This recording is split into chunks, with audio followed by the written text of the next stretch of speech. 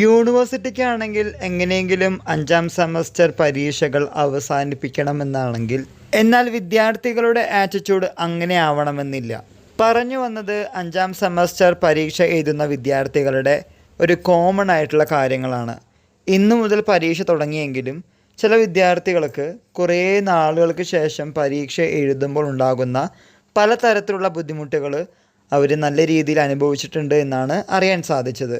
പ്രത്യേകിച്ച് നേരത്തെ വരുന്ന കാര്യം, ഓരോ ക്വസ്റ്റ്യനും കറക്റ്റായിട്ട് മനസ്സിലേക്ക് വരാനും പഠിച്ച കാര്യങ്ങൾ കോറിലേറ്റ് ചെയ്ത് എഴുതാനുള്ള കുറച്ച് അധികം ബുദ്ധിമുട്ടുകൾ അവർ സഹിച്ചിട്ടുണ്ട്. പോയിൻറ്റ്സ് ക്രമമായിട്ട് വരാത്തതിൻ്റെ ഒരു ബുദ്ധിമുട്ട്, ഒരു ഫ്ലുവൻസി അല്ലെങ്കിൽ ഫ്ലോ എന്നൊക്കെ പറയാറുണ്ടല്ലോ, അതിൻ്റെ ബുദ്ധിമുട്ടും വിറ്റ്നസ് ചെയ്തു എന്ന് തന്നെയാണ് അറിയാൻ സാധിക്കുന്നത്. ഇതൊക്കെ നമ്മുടെ ജീവിതത്തിൻ്റെ ഭാഗമാണ് പരീക്ഷ എന്നത്. പരീക്ഷണമാവാതിരിക്കണമെങ്കിൽ നമ്മൾ ഇന്ന് തുടങ്ങിയിട്ടുള്ള ഈ സെമസ്റ്റർ പരീക്ഷ കുറച്ചും കൂടി നല്ല രീതിയിൽ പഠിക്കുക. ദെൻ വേണ്ട മുൻകരുതലുകളുമായി മുന്നോട്ട് പോവുക. ഒരു ഇടനേരത്തിന് ശേഷമാണ് നമ്മുടെ പരീക്ഷ തുടങ്ങിയിരിക്കുന്നത്. അതിൻ്റെ ചില ബുദ്ധിമുട്ടുകൾ മാത്രമേ ഉള്ളൂ.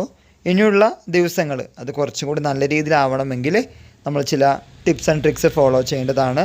നമ്മുടെ ചാനലിൽ ഓൾറെഡി അത് പറഞ്ഞിട്ടുണ്ട്, വീണ്ടും ആവർത്തിക്കുന്നില്ല. സമയം കിട്ടുകയാണെങ്കിൽ ജസ്റ്റ് ഒന്ന് നോക്കി പോവുക. ഇനിയുള്ള ദിവസങ്ങളുള്ള പരീക്ഷകളും നല്ല രീതിയിൽ തന്നെ എഴുതാൻ സാധിക്കട്ടെ. അതിനുവേണ്ട എല്ലാ കരുത്തും ദൈവം നിങ്ങൾക്ക് തന്നനുഗ്രഹിക്കട്ടെ. എല്ലാവർക്കും ഒരിക്കൽ കൂടി നന്ദി, നമസ്കാരം.